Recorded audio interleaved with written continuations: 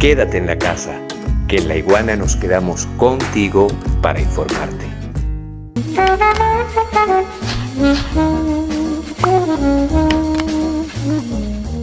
Y ahora se suma a todo esto una demanda que el próximo jueves tendrá lugar en las Cortes inglesas, demanda que propicia la República Bolivariana de Venezuela por el robo de $1.000 millones de dólares en oro venezolano que debería estar custodiado por el Banco de Inglaterra, y que el Banco de Inglaterra de custodio pasó a ser simplemente y sin más ladrón de este oro venezolano, de este oro que hace parte soberano de las reservas internacionales de la República Bolivariana de Venezuela, y en tanto que patrimonio de la República es un oro que pertenece absolutamente a todos los venezolanos y a todas las venezolanas, y que en este contexto se hace todavía más necesario estos $1.000 millones en oro para calmar los alazos que esta pandemia está dando en territorio venezolano. Es decir, un hecho detrás del otro, un ataque detrás del otro, una dura realidad detrás de la otra que los venezolanos y las venezolanas debemos afrontar prácticamente cotidianamente, cada día, por ataques, por cierto, en muchos casos por lo demás creativos, muy creativos, por parte de los Estados Unidos y algunas superpotencias europeas. En este sentido, queremos comenzar nosotros este programa con datos que nos permitan entender varias cosas. La primera, ¿por qué el oro de Venezuela está en bóvedas del Banco de Inglaterra? Inglaterra, una potencia mundial colonialista especializada durante décadas y décadas y décadas en robar, en expoliar a otros países. La pregunta es, ¿qué hacía nuestro oro venezolano ahí? Y las respuestas tienen un valor histórico, porque fuimos a escudriñar en algunas fechas, en los años 80, por ahí por el 2000, 2011, y es mucho lo que nosotros hemos encontrado y es mucho de lo cual nosotros nos hemos percatado. Comenzamos con 2008. Se firma un contrato de custodia del oro venezolano. Y por cierto, la vicepresidenta, bienvenidas a la gente que a esta hora se está uniendo a través de nuestra cuenta Instagram, @mperezpirela. Entonces, comencemos con el tema del oro venezolano, que se encuentra supuestamente custodiado en Inglaterra, y que simplemente no nos los quieren devolver. Entonces, el año 2008 es fundamental, les decía, porque se firma este contrato de custodia del oro venezolano, pero hay otro año fundamental. Vamos a ir fecha por fecha, yendo y viniendo, tratando de entender, paseándonos por los pasillos oscuros de esta situación de expoliación del oro venezolano.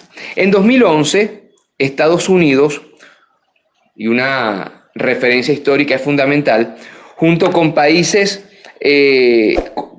ciertos países de la Unión Europea, realiza un ataque, por lo demás cruel, inhumano, certero, contra un país que nos abrió los ojos en relación a lo que podía pasar en Venezuela. En el 2011, Estados Unidos, con algunos países europeos, roba las reservas internacionales, recuerden ustedes, de Libia. Mismo proceso que el venezolano, supuesto cambio de régimen,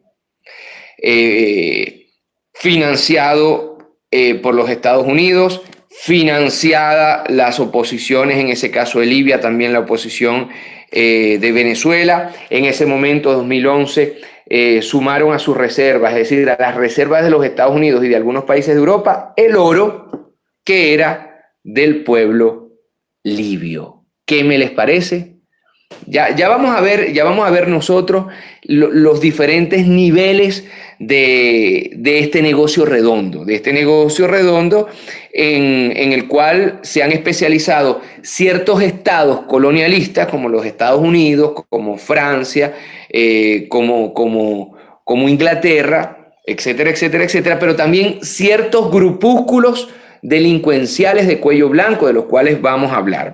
Entonces, en el 2011, Estados Unidos congela 30.000 millones de dólares de la cuenta libia. Anoten esa cifra, 30.000 millones de dólares congelados por los Estados Unidos de las cuentas libias. Todo esto se fundamenta a partir de eso que ellos llaman el esquema de sanciones, que es una palabra técnica, una frase técnica para hablar simplemente del robo a países enteros. El 5 de mayo de 2011, más específicamente, los Estados Unidos dan este zarpazo financiero al gobierno libio, al gobierno en ese caso de Gaddafi, y utiliza solo una parte del dinero robado, para, a su vez, apoyar a la oposición libia, así como lo está haciendo con la oposición venezolana. Pero es solo una parte.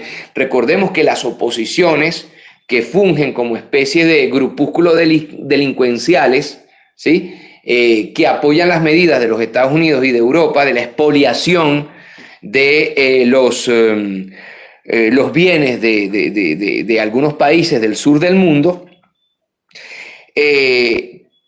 tienen un doble propósito, y yo insisto en esto: engrosar las reservas de los Estados Unidos y de algunos países de Europa, y también engrosar las arcas de estos grupúsculos llamados oposiciones políticas, que no son otra cosa que, insisto yo, mafias financieras.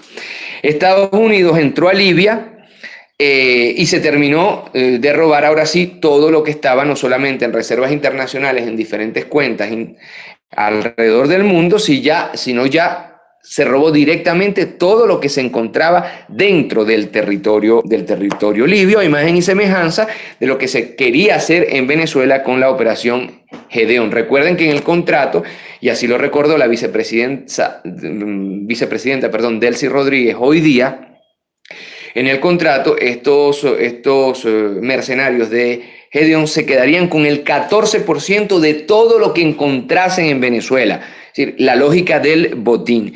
De la misma forma, contratistas se quedaron con parte del botín, entre comillas, que no son otra cosa que las reservas de Libia al momento de la invasión. Entonces, vamos otra vez al 2011, fecha fundamental, insisto yo.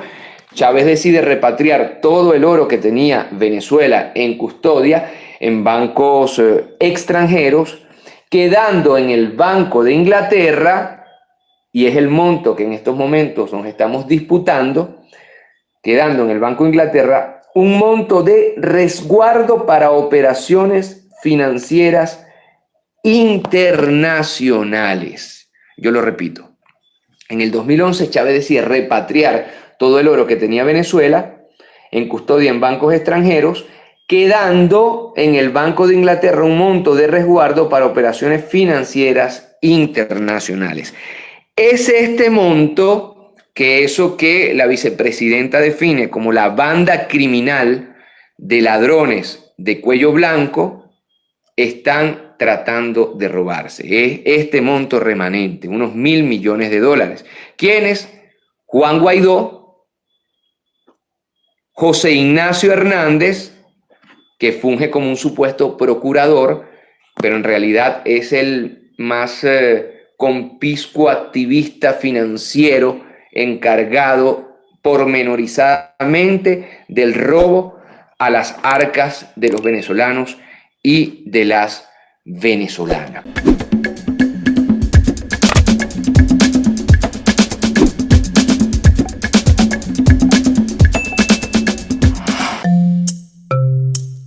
Laiguana.tv, la verdad hecha tendencia.